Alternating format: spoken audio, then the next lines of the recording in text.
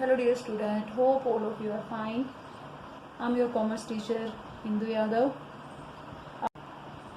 Last video में हमने second chapter किया था, chapter second fundamental of partnership, आधारभूत सिद्धांत साझेदारी के.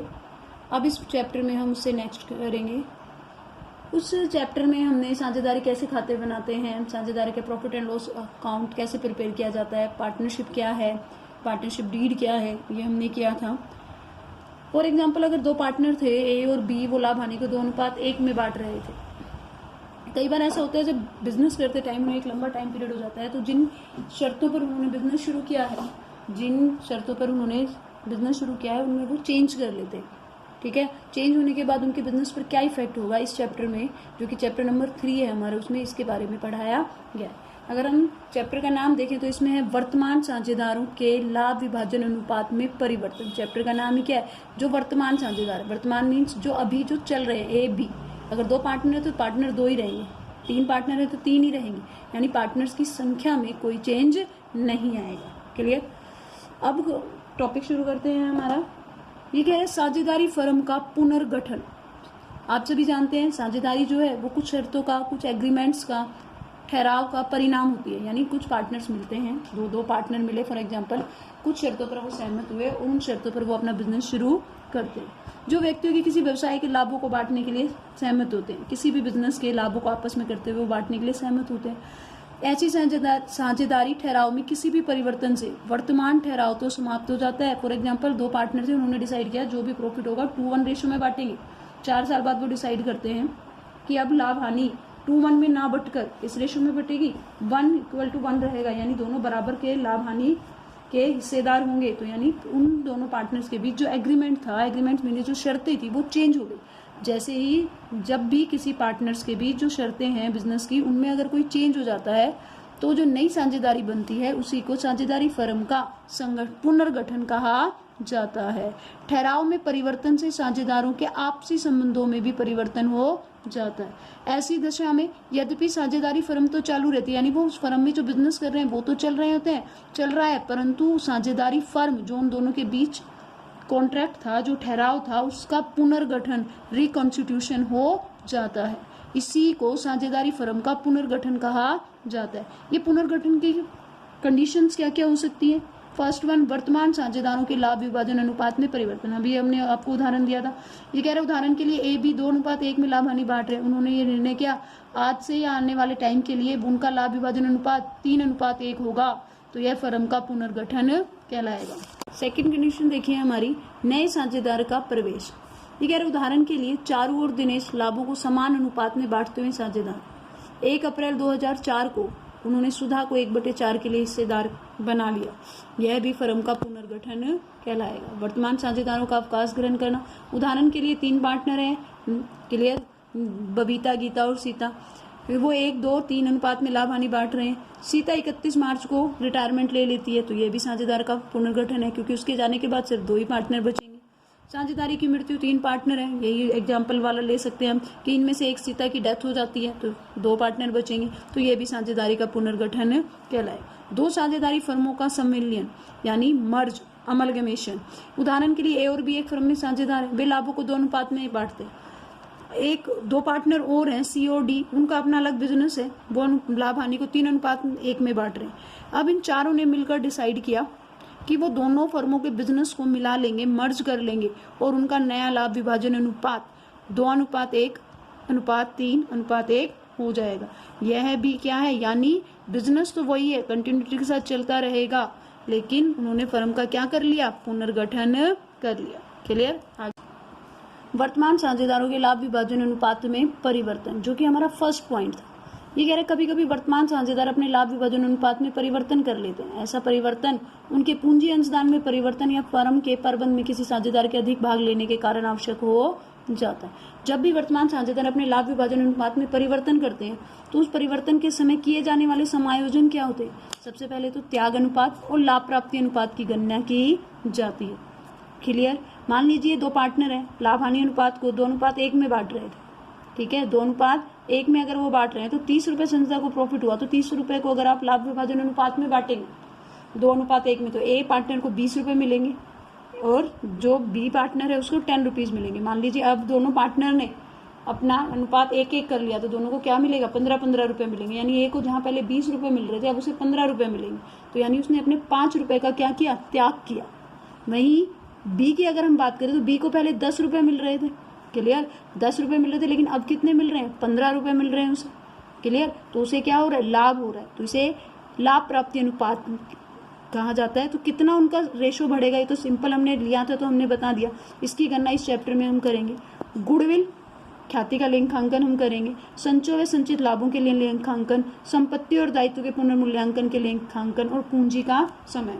तो अभी हमने जो सैक्रिफाइस रेशो आपको बताया था, त्याग अनुपात, अगर हम उसकी बात करें तो ये कह रहे हैं जब कभी भी लाभ विभाजन अनुपात में परिवर्तन होता है तो वर्तमान साझेदारों में से किसी एक या अधिक साझेदारों को अन्य या एक अधिक साझेदारों के पक्ष में अपने पुराने हिस्से में से कुछ भाग त्याग करना पड़ता है। यानी हमने जो पहले एग्जांपल लिया 20 रुपए उसे मिल रहे थे, अब 15 मिलेंगे, यानी अपना 5 रुपए बी के पक्ष में उसे त्याग करना पड़ा।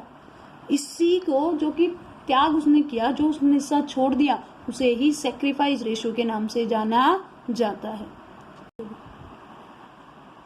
त्याग अनुपात की हम फॉर्मूले की बात करें तो वो क्या हो जाएगा, old ratio minus new ratio, clear, old ratio minus new, यानी पुराने अनुपात में से नया अनुपात अब घटा दीजिए। गेनिंग रेशो, लाभ विभाजन अनुपात में परिवर्तन के फलस्वरूप वर्तमान साझेदारों में से एक या अधिक साझेदारों को उनके पुराने वाले हिस्से से जो ज्यादा उन्हें मिलता है वो गेनिंग रेशो कहलाता है। तो गेनिंग रेशो क्या है, मतलब नया अनुपात ज्यादा है, तो न्यू माइनस ओल्ड। इसे हम एक एग्जाम्पल के थ्रू भी कर सकते हैं। देखिए, हाँ भाई, देखिए भाई, ओल्ड रेशो है, ए और बी दो पार्टनर है, वो लाभ विभाजन अनुपात उनका 2:1 है। उन्होंने सोचा अब लाभ विभाजन अनुपात को चेंज करते हैं तो उनका न्यू रेशो क्या हो गया, 1:1। अब हमें ये निकालना है कि किसने सेक्रीफाइस किया और किसने गेन किया, क्लियर। वैसे तो देखें तो आप इसको पहले दो हिस्से मिल रहे थे, अब इसे एक हिस्सा मिलेगा, एक ही लेगा, तो क्लियरली हमें पता चल रहा है। लेकिन वैसे कैसे निकालेंगे, देखिए ए ने सेक्रीफाइस किया या गेन किया, आप इसके लिए हमेशा ओल्ड रेशो को आगे रखिए, 2/3 माइनस 1/2। ए का पुराना हिस्सा कितना है, 2/3 माइनस 1/2, क्लियर। क्या एलसीएम कितना हो जाएगा, 6, 4 माइनस 3, 1/6। जब ये पॉजिटिव में आंसर आता है तो इसका मतलब ये क्या होता है, इन्होंने क्या किया है, सेक्रीफाइस किया है।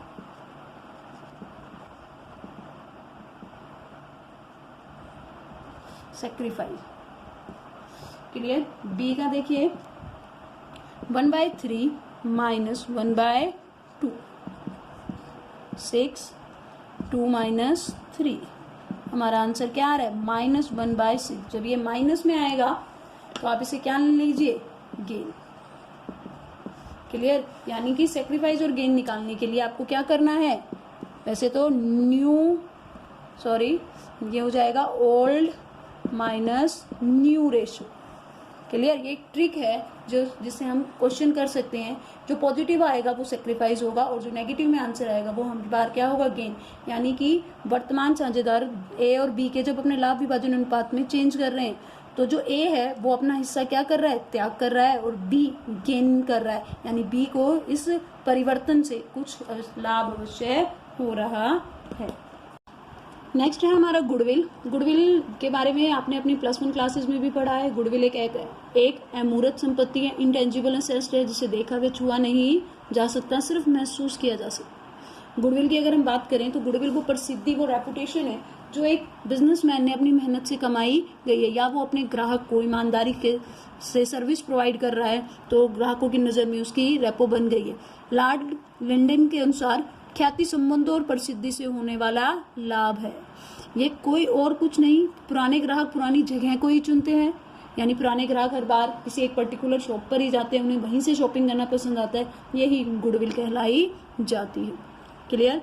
क्या गुडविल की अगर हम कैरेक्टरिस्टिक्स की बात करें तो ये एक इंटेंजिबल एसेट है, क्लियर। गुडविल क्या है, एक इंटेंजिबल एसेट है, आदर्श संपत्ति है, जैसे कि पेटेंट हो गया, ट्रेडमार्क हो गया, कॉपीराइट हो गया। यह वियर टियर नहीं होती है, यह अन्य स्थायी संपत्तियों की तरह इस पर डेप्रिसिएशन भी नहीं लगाया जाता है। ये मूल्यवान संपत्ति है क्योंकि इसकी ये प्रॉफिट ज़्यादा प्रॉफिट अर्न करने में हमारी हेल्प करती है, अधिक लाभ अर्जन में सहायक है। इसके मूल्य में निरंतर उतार चढ़ाव आते रहते हैं। यद्यपि ख्याति के मूल्य पर डेप्रिसिएशन तो नहीं लगता, लेकिन फिर भी इसके मूल्य में निरंतर उतार चढ़ाव आते रहते हैं।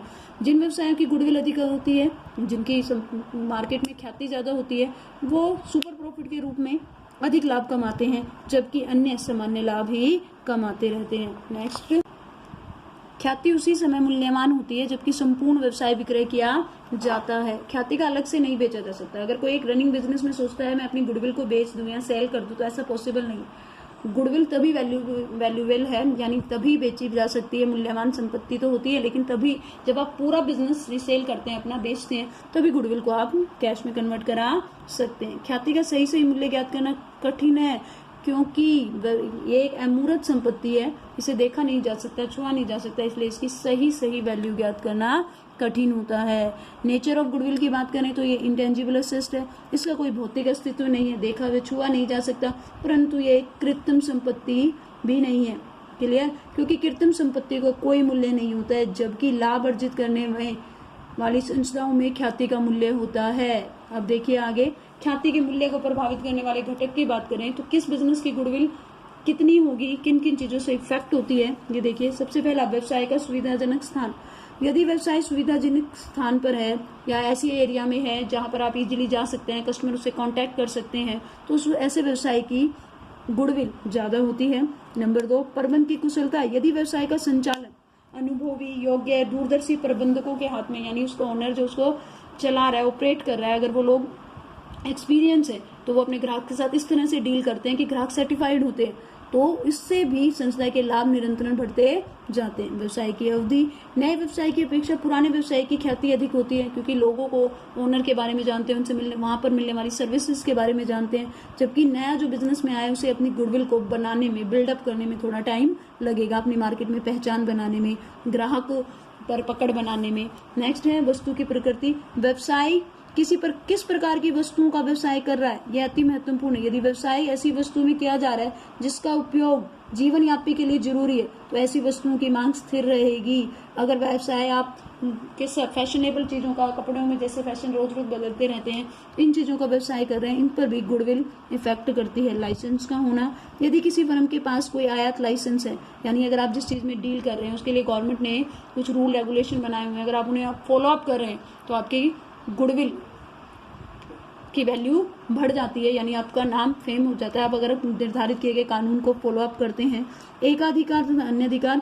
एकाधिकार जैसे कि नाम से ही क्लियर, एक का अधिकार। अगर आप उस चीज में डील करने वाले आप अकेले हैं और कोई आपको कम्पिटिट करने वाला नहीं है, तो जाहिर सी बात है आपके लाभों में निश्चितता और स्थिरता बनी रहेगी, क्योंकि उस बिजनेस में आप अकेले हैं।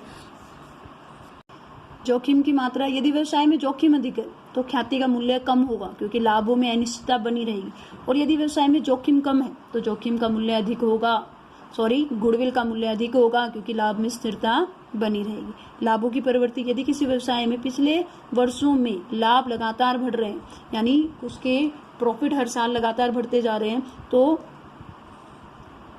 ख्याति अधिक होगी। परंतु यदि लाभ निरंतर कम हो रहे हैं तो जाहिर सी बात है कहीं ना कहीं मार्केट में उसका नाम रेपो चल नहीं रहा, या उसके प्रोडक्ट कम बिक रहे हैं।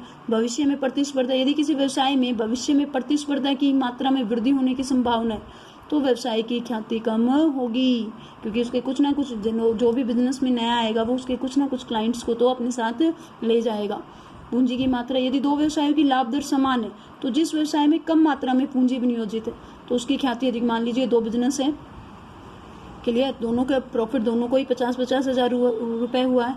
एक ने 4 लाख रुपए बिजनेस में लगा रखे हैं और एक ने 6 लाख रुपए लगा रखे हैं, तो आपके हिसाब से किस बिजनेस की गुडविल ज्यादा है? जाहिर सी बात है 4 लाख रुपए लगाकर भी कोई अगर 50,000 रुपए का प्रॉफिट कमा रहा है तो उस बिजनेस की गुडविल ज्यादा है। यानी गुडविल को इफेक्ट करने वाले तत्वों में व्यवसाय का सुविधाजनक स्थान पर होना, जोखिम की मात्रा, लाभों की प्रवृत्ति, भविष्य में प्रतिस्पर्धा आदि इम्पोर्टेंट। होप आप लोगों को समझ में आया होगा।